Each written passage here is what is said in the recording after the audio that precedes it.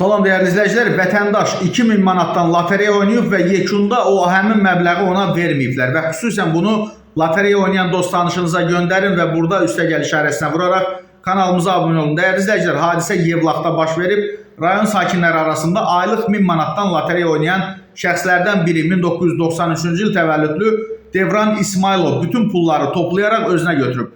Məsələ ilə bağlı polisə müraciət edildikdən sonra cinayət işi açılıb, araşdırmalar zamanı məlum olub ki, Devran Rusiyada yaşayan və tez-tez Yevlaxa gələn Nəsib adlı tanışını birgə lotereya oynamağa razı salıb. O, 14 nəfərin lotereyaya qoşulduğunu bildirib və tərəflər Nəsibin sonuncu olaraq lotereyanı götürməsinə razılaşıblar.